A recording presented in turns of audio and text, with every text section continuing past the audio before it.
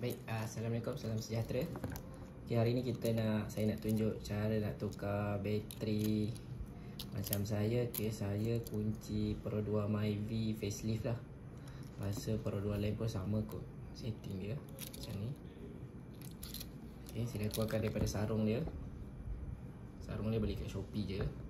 Nanti saya boleh link dekat description. Okay, first apa kita kena buat? Okay, kita pergi ke belakang bahagian kunci ni. Ada satu button kan. Okay, kita tolak untuk kita tarik kunci.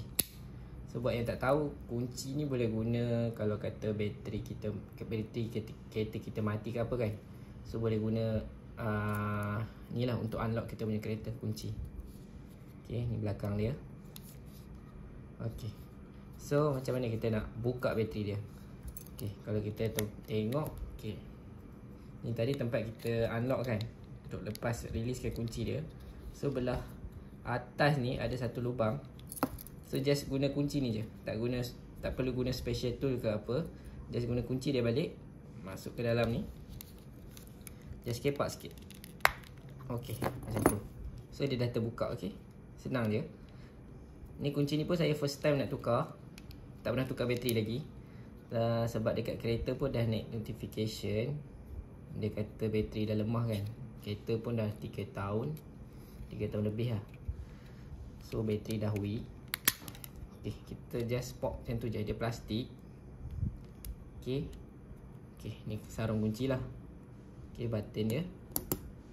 Okay, ni isi dalam kunci. So apa kita nak buat, kita just tolak macam ni je. Okay, so boleh kita tengok dia punya kod bateri lah. Okay, CR2032. Okay, CR2032. Okay, ni samalah saya beli dekat Mr. DIY, CR2032. Rasa kedai-kedai biasa pun ada jual kod. Yang pasti kod dia sama je, sebab size kan, CR2032.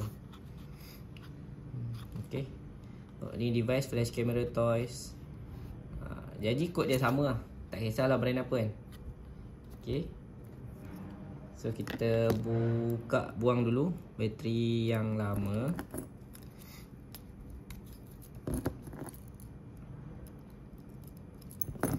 Ni kita kena pakai screwdriver ke apa lah, benda halus sikit. Just nak tolak dia keluar je. Okay, dah keluar. Ni bateri lama CR2023. Dia nama Panasonic. Tak tepi dulu. So kita buka yang baru.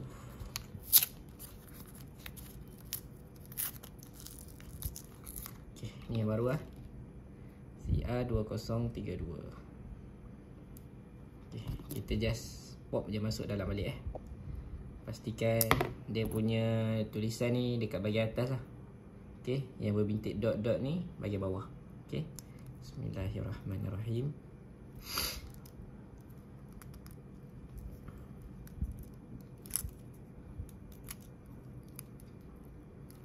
Sekejap nak comparison size dia, tengok sama kan.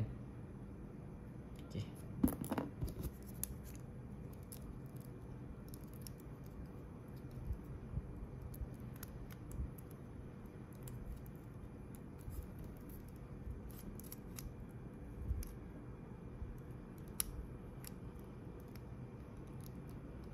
okay, masuk macam ni.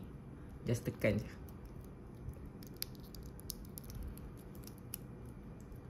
Masuk dia susah sikit lah.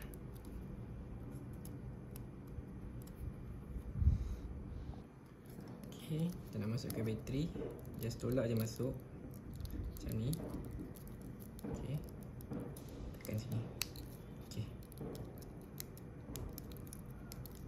okay, dah masuk. Kita boleh test lah, tengok dia menyala ke tak. Okay, nyala. Okay, so boleh pasang balik lah. Pastikan sama lah macam ni kita masuk tadi kan. Kita buka, macam tu lah kita pasang. Okay, masuk cover dia balik. Ni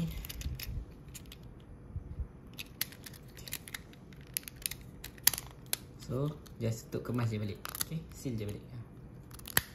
Pastikan ada bunyi lah, klik tu Okey, cun. So boleh test. Ada nampak. Okey, itu saja perkongsian hari ini. Terima kasih.